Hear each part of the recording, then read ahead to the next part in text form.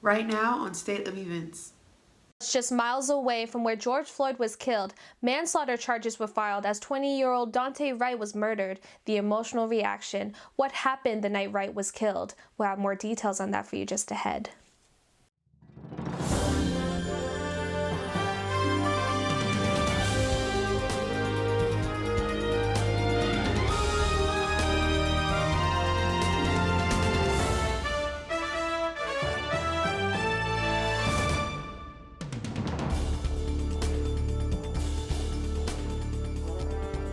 Hello and welcome back to the latest episode of State of Events. I'm Corinne Titus. And I'm April Scott. Hello, everyone. Thanks for joining us. We begin this week's episode with a tough weekend for the royal family as they put 99-year-old Prince Philip to rest. The funeral was set on Saturday, April 17th, as the royal family gathered together to honor and celebrate his life at the Windsor Castle. Members of the royal family walked behind his coffin in procession to St. George's Chapel. The funeral made COVID restrictions with a limited capacity of 30 guests. The Dean of Windsor led the service. We have been inspired by his unwavering loyalty to our Queen, by his service to the nation and the Commonwealth, by his courage, fortitude, and faith. Prince Philip's naval cap and sword were placed on top of his coffin to honor his time in service in World War II. The Duke of Edinburgh leaves behind 4 children, 8 grandchildren, and his beloved wife, Queen Elizabeth II. In about 4 months, San Francisco State University will start looking less lonely when students are allowed to return in the fall. Donnie Romero tells us how students feel on returning after a year on Zoom University. An announcement titled Preparing for a Safe Return to Campus that was released earlier this month by President Lynn Mahoney states that there will be more in-person classes in the fall. Students are excited to return after an unexpected year of online class. I really never liked online classes. I like being in the classroom. I like talking to my peers, the professor, more hands-on experience that you really don't get when you're doing online classes through Zoom. From new buildings to new rules, life on campus will be different from post-pandemic. Once students are allowed back on campus, there will be guidelines to follow for everyone's safety. Some include social distancing, enhanced cleaning, and of course, facial coverings. I do believe that it's really important for us to be in person and just have some sort of interaction, even if it is with 6 feet apart and masks on. However, in-person class is not mandatory. Professors are required to teach their courses as a hybrid, meaning their classes have to accommodate for online and in-person. Yumi Wilson, a professor at San Francisco State, says she is happy about returning back to campus and hopes to see students in class. I can't see if someone is in the back of the room who's not really understanding what I'm not being clear. And I realize that those little moments, they help make sure that everyone in the room is getting the material and that is moving forward. Whereas in a virtual world, I won't know that. I feel like I do better academically if I have a connection with the professor. With vaccinations now being mandatory for students who plan on returning, the environment will be safer for learning. I'm Daniel Romero with San Francisco State of Events. Back to you in the studio. I'm very excited as well. Being back on campus is long overdue. April, I cannot wait to take my first steps back onto campus so I can feel that California sun and grab a quick bite at the Cesar Chavez building. With the vaccines being made available to everyone, 16 campuses are doing their best to slow the virus down and bring some sense into normalcy back into our lives. Tyler Green has that story. Thanks, April. I'm here at Cal State University Northridge, which is one of the CSU campuses acting as a COVID-19 vaccination distribution center. This is just one of the 23 CSU campuses that are serving as these distribution sites. The use of these sites has gone up ever since the demand has increased. Since April 15th, everyone who is 16 and older is eligible to receive the vaccine. These sites are efficient and people are glad. So beautifully organized. It's amazing. The county has done a beautiful job. These large sites have helped with the distribution of the vaccine, which has allowed CSU Chancellor Joseph I. Castro to announce that in-person class is coming back in the fall of 2021. CSU student Sophia Mastrangelo tells us how COVID has affected her. So my first semester didn't actually start on campus. I've just been virtually in school ever since, but hopefully fall of 2021 we'll go back to on campus. However, the CSU system has announced that students must receive their COVID vaccination before they can return to campus. I'm Tyler Green, State of Events. There has been a breakthrough for SF State. A fellow Gator from the nursing program published a COVID-19 activity book to educate and keep your young ones busy during quarantine. Reporter Nuri Ahmad has the story. Nursing major Elaine Pham collaborated with 4 nursing students from San Jose State to create a COVID-19 activity playbook. During one of the most confusing times for parents and children, the activity playbook becomes a learning tool for children across the Bay Area to understand the coronavirus. The book is filled with activities such as coloring pages and crossword puzzles that teaches kids how to combat the virus. Children in grade school, they attend school, and so if this resource was passed out to them, then they could bring it back home and it would be shared with their entire family and household. About 2,800 copies were published at the end of December 2020 through nonprofit organization Community Health Partnership and was later distributed to local clinics in East San Jose. The book gained recognition from San Francisco School District and Contra Costa. We do hope to provide more resources in different languages. In San Jose specifically, there's a lot of Spanish and Vietnamese-speaking families, and we do hope to make resources that would be helpful for them as well. While the first book ascends to success in the Bay Area, Elaine and her team are now working on a sequel providing information about the vaccine and is yet to publish sometime this year. This is Nurilini Ahmad, State of Events. Same city and same outcome. Sawab Balazi has a story on the tragic death of Dante Wright just miles away from where George Floyd was killed.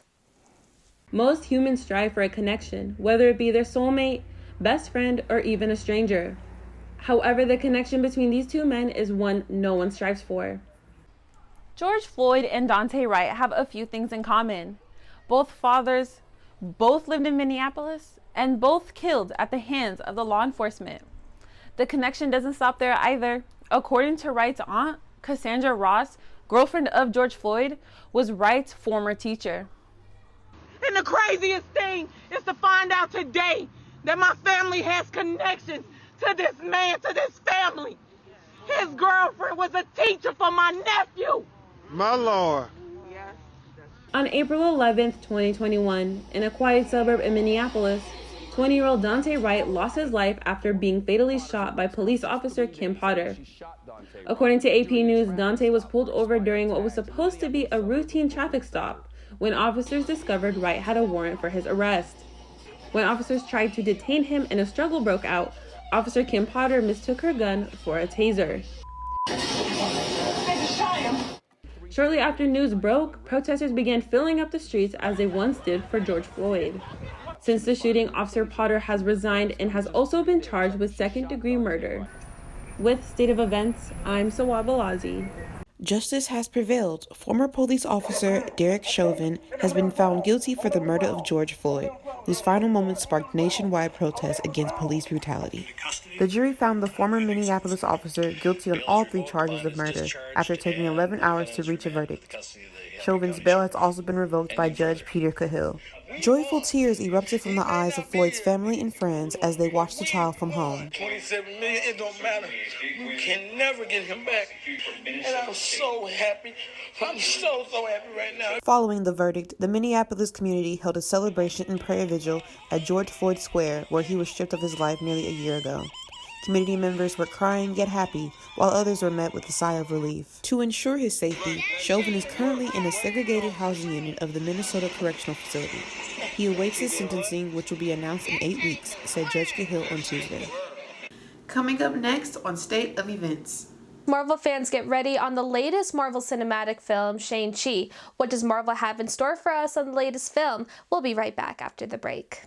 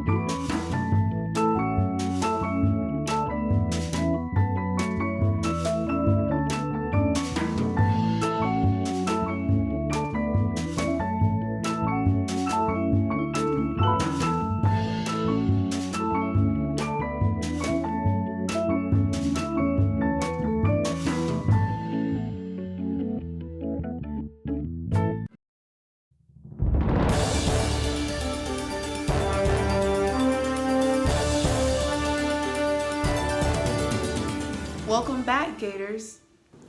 NASA did it again as they made history by flying a 4-pound helicopter on another planet. Touching down on the store is Alexis West. We can now say that human beings have flown a rotorcraft on another planet. Last Monday morning, NASA landed the first ever powered controlled helicopter on Mars.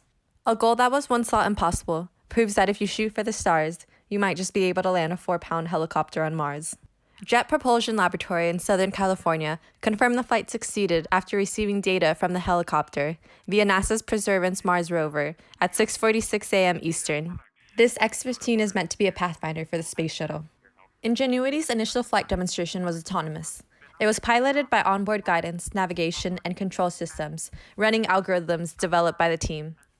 Because data must be sent to and returned from the red planet over hundreds of millions of miles using orbiting satellites and NASA's Deep Space Network, Ingenuity cannot be flown with a joystick, and its flight was not observable from Earth in real time. To make matters more difficult, Mars has a significantly lower gravity, amounting nearly 1/3 of Earth's, and an extremely thin atmosphere. This means there are less air molecules with which Ingenuity's 2 4-foot-wide rotor blades can interact to achieve flight. The helicopter contains unique components, as well as some parts from the smartphone industry that were tested in deep space for the first time. Ingenuity is charged by solar panels, giving it just enough energy for one 90-second flight per day on Mars. The following Thursday, NASA completed a second, more riskier flight on Mars. This mission gave us more zoomed-out photos of the surrounding area that were in color for the first time. This time around, Ingenuity flew for almost 52 seconds, climbing 16 feet up the Martian atmosphere. Mimi Ung, Ingenuity's project manager, went on Twitter to explain what this means to her team. And each of these major milestones have been a first. And the success at each of these has been so rewarding. And along the ways, the rewards just kept coming. And I have to tell you, at this moment, it's going up exponentially. So after all these tests, analysis, simulations, and more tests on Earth, our team now gets the chance to test, prove, and learn how it works in the actual environment of Mars. Our team can't ask for a bigger reward than that. The Ingenuity team is considering expanding the profiles of its next flights to acquire more data on more worlds. This has been Alexis West for State of Events. Back to you. So let's get this straight. We've already sent a man on the moon, and now a helicopter on Mars? I'll be impressed when I can take a vacation on Venus. Oh, Corinne, a vacation is definitely much needed right now. With the Marvel Cinematic Universe expanding, Marvel fans was taken by surprise with Marvel's latest post. On April 19th, Marvel released a teaser trailer for their newest film, Shang-Chi, surprising actor himself, Simu Liu. Here's Samantha with more on that.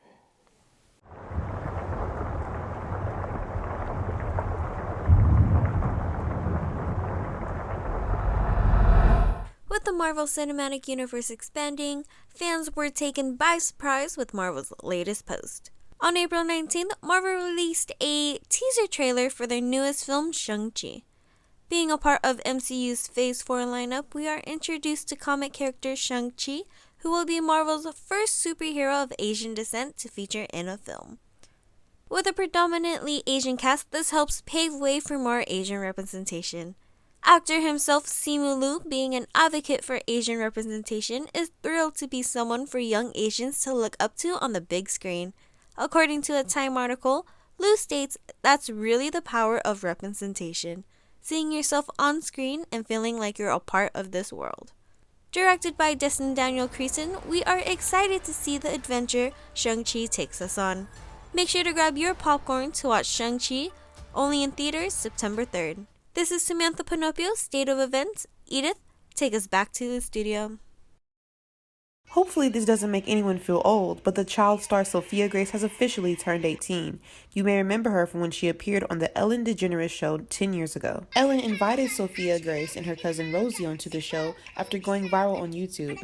At only 8 and 5 years old, they had a show-stopping performance of Nicki Minaj's song Super Bass. Both of the sweet girls look nearly unrecognizable since their days on Ellen. Fans that watched them grow up are still in shock of how much they've changed. Taking to Instagram, the excited Sophia Grace posted a series of photos celebrating this new milestone. Sophia now has 1.3 million Instagram followers and a clothing label, Lolo London, which sells jumpers and tracksuits.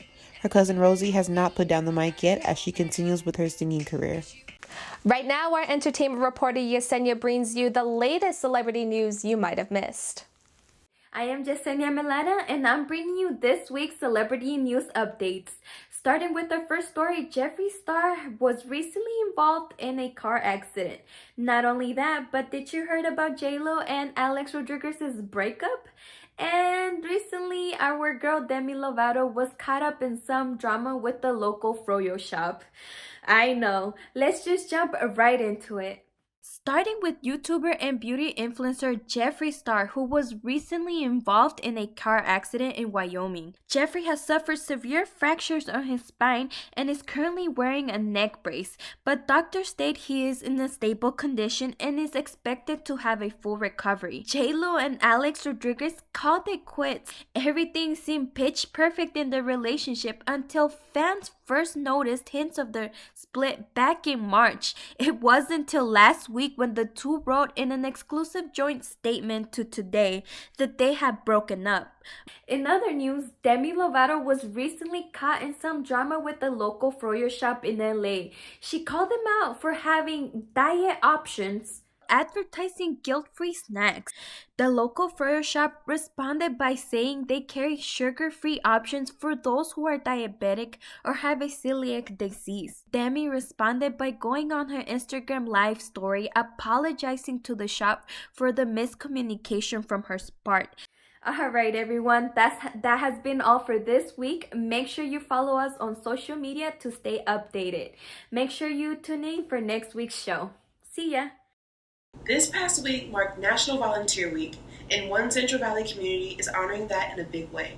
State of Events Austin Castro has a look at the Love Modesto volunteer event and why they say helping others is more important than ever before. Thousands of residents in Modesto, California showed their community some love for the annual Love Modesto event. The Volunteer Day aims to help initiatives among neighborhoods, schools, and marginalized kids. This marked the 13th year for the event, which, like many things, looked a little different due to COVID. You know, we wish we could all be with everyone downtown right now with our festivities and our rally and seeing you all. But we are glad that we do get to Love Modesto today in over 50 projects, thousands of people out there loving our town. Projects range from cleaning up local streets, creating thank you cards for healthcare workers, and supporting educators. Since the first Love Modesto in 2007, its success has led to the creation of similar volunteer days in over 90 cities. Over 200,000 people have volunteered through these events, donating over 900,000 volunteer hours. This year's event lacked the usual downtown kickoff rally and celebration. However, it had no shortage of community members willing to make a difference. While the citywide event may be over for this year, you can find a list of ongoing volunteer opportunities over at lovemodesto.com. Reporting from Modesto, Austin Castro, State of Events. To all my tapioca lovers out there, this may not be the news you want to hear. Many people in the Bay Area have found boba tea shops to be the place to go to for the best refreshed milk tea. However, there has been a problem with not enough tapioca starch that is used to make the popular ingredient in boba tea due to the shipping delays from Asia. Boba tea shops and boba tea fans are scrambling on the impending nationwide shortage of tapioca pearls. The boba guys shared their response on Instagram. In quote, "The shortage isn't just about boba, but the entire ecosystem that depends on overseas inventory. The demand for bubble tea is slowly increasing as we see California warm up and the people want the cold drinks. But unfortunately, the shortage could potentially last for weeks or months." I don't know about you, Corinne, but if I don't have any of my boba, my day feels so incomplete. No, I understand exactly how you feel. I'm the same way about my Starbucks. If I don't have a grande caramel frappuccino with extra caramel, then do not expect me to get out of bed. Coming up next on State of Events, the Biden administration withdrawing troops. What is President Biden's plan for the withdrawal set for the 20th anniversary of the terrorist attacks? More on that just ahead. We'll be right back after the break. When it's time to choose healthcare for your teen, you want the best. When it's time for your teen's questions to be answered, you want a professional you can trust. At Valencia Health Services, your time is well spent. We provide professional, quality healthcare. Valencia Health Services, dedicating quality time to professional healthcare because your teen's health is our first priority. Valencia Health Services. Quality time because we care.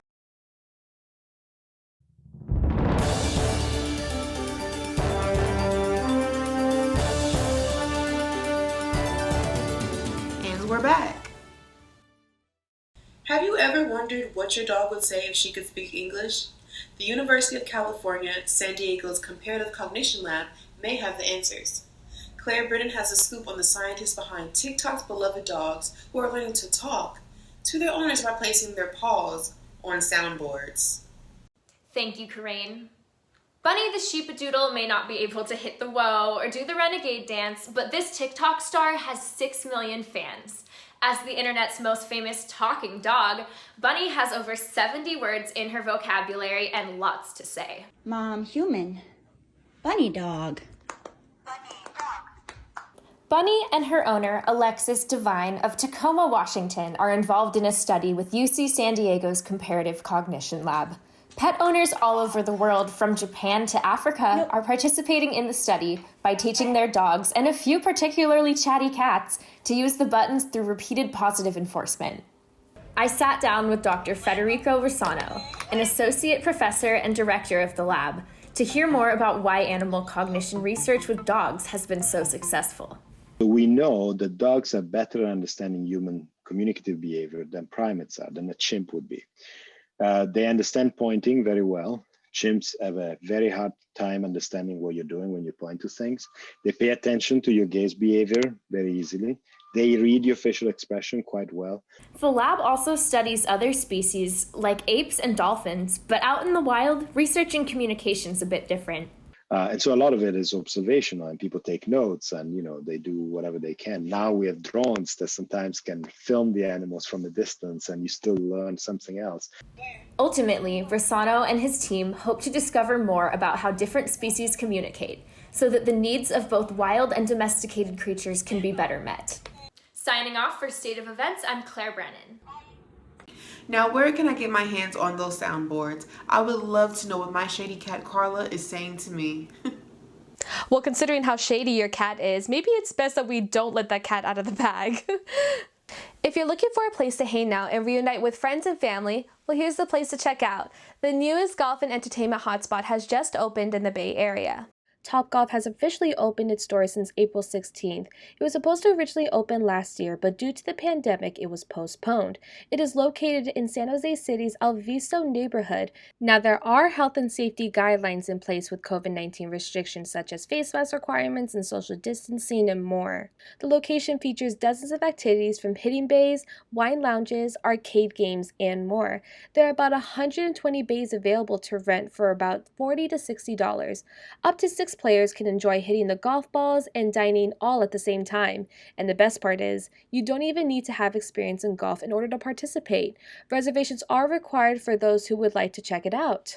Hockey history was rewritten this past week as the NHL now has a new all-time leader in games played.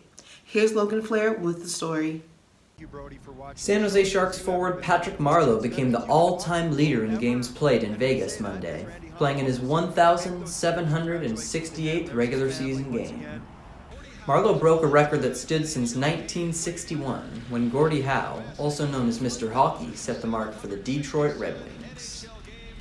This will be the crowning achievement in an already illustrious career for Patrick Marleau, who set the record for youngest skater in NHL history when he debuted just 8 days after his 18th birthday in 1997. Spanning over 4 decades, Marleau played in 98% of possible games and hasn't missed a game in over 900 straight, dating back to the 2008-2009 season. After setting the record, Marleau was congratulated by his teammates, his opponents, and the few thousand fans, including his family, that were in the arena, making for a very special moment. Hockey fans worldwide will remember where they were on April 19, 2021, when they watched Patrick Marleau set one of hockey's most prestigious records. As Patty continues to play very strong hockey, he's proven that he can continue to play in the league well into his mid-40s. But there's one thing for certain. The NHL will never see another player like Patrick Marleau. For State of Events, I'm Logan Flair. Former 49ers quarterback Alex Smith announced his retirement this past Monday. After a roller coaster of a career, fans debate his legacy as an NFL signal caller. We have Ramel Miller on the story right now. Thank you, April. Alex Smith has definitely had a roller coaster of a 16-year career in the NFL. From being the number 1 overall pick selected by the 49ers in 2006 to the NFL's 2020 Comeback Player of the Year. Early in his career, Smith led a 49ers roster that was subpar to say the least. The team failed to have a winning season in the first 4 years of his tenure. The team's lack of performance did not sit well with fans, Smith taking the majority of that criticism. In a 2017 interview with Graham Bensinger, Smith describes the organization as being completely dysfunctional, citing that at times he felt more comfortable playing road games than facing the pressure of the home crowd. I'm talking just the culture of the building was not. What was it? Like how would you just describe not it? the focus. Just unhealthy, completely dysfunctional. Fast forward to 2011, and things drastically turn around as the team hosted its first playoff appearance in nearly 10 years. Smith went on to have successful years with the Kansas City Chiefs and the Washington football team, totaling 4 playoff appearances and 3 Pro Bowl selections. Tragically, Smith would have to endure one of the worst injuries in sports history. Smith suffered a compound fracture to his right leg during the 2018 season. Smith would undergo 17 surgeries to repair the leg, a gruesome 9-month procedure that nearly cost him his life. Against all odds, he was able to make his season debut Week 5 against the Rams this past season. Folks, Alex Smith for the first time since November 18th, the 2018. The team was able to win their division, and although Smith was unable to play in the playoffs, the courage he showed in his journey returning to the field earned him the NFL's Comeback Player of the Year award. Although Smith may not have had a Hall of Fame career, few athletes have shown the determination, the drive, and resilience that Smith has. As former teammates and organizations say their goodbyes, Smith welcomes the new challenges retirement will bring him. Smith's story is another testament of why we love the game of football so much. I'm going to be passing it back to Crane in the studio. My name is Ramel Miller, signing off. A white Army non-commissioned officer has been slapped with a third-degree assault charge after violently pushing a black man for simply walking in a South Carolina neighborhood. Jonathan Pentland, age 42, was charged on Wednesday and detained in the Richland County Jail, according to jail records.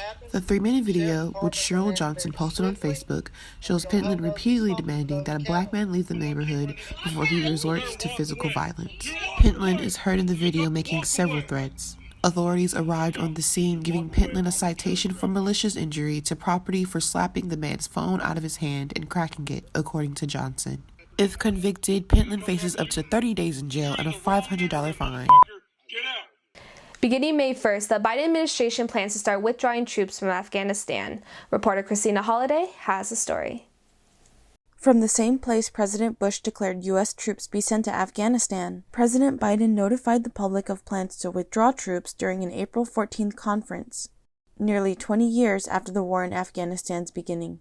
I'm now the 4th United States president to preside over American troop presence in Afghanistan. 2 Republicans, 2 Democrats. I will not pass this responsibility on to a 5th. I've concluded that it's time to end America's longest war. It's time for American troops to come home. According to the Department of Defense, there were 2,500 soldiers in the country when President Biden took office, all of whom he vowed to bring home by September 11th. And despite Republican officials such as Liz Cheney and Adam Kinzinger expressing their opposition, he is not backing down. I also know there are many who will argue that we should stay fighting in Afghanistan because withdrawal would damage America's credibility and weaken America's influence in the world. I believe the exact opposite is true. We went to Afghanistan because of a horrific attack that happened 20 years ago. That cannot explain why we should remain there in 2021. For State of Events, this is Christina Holliday. Well, that concludes this episode of State of Events. Thanks for watching, everyone. See you later, Gators. And remember to follow up with us online at stateofevents.net, along with our social media platforms, Instagram and Twitter. For State of Event News, I'm Corinne Titus. And I'm April Scott. Have a great day, everyone.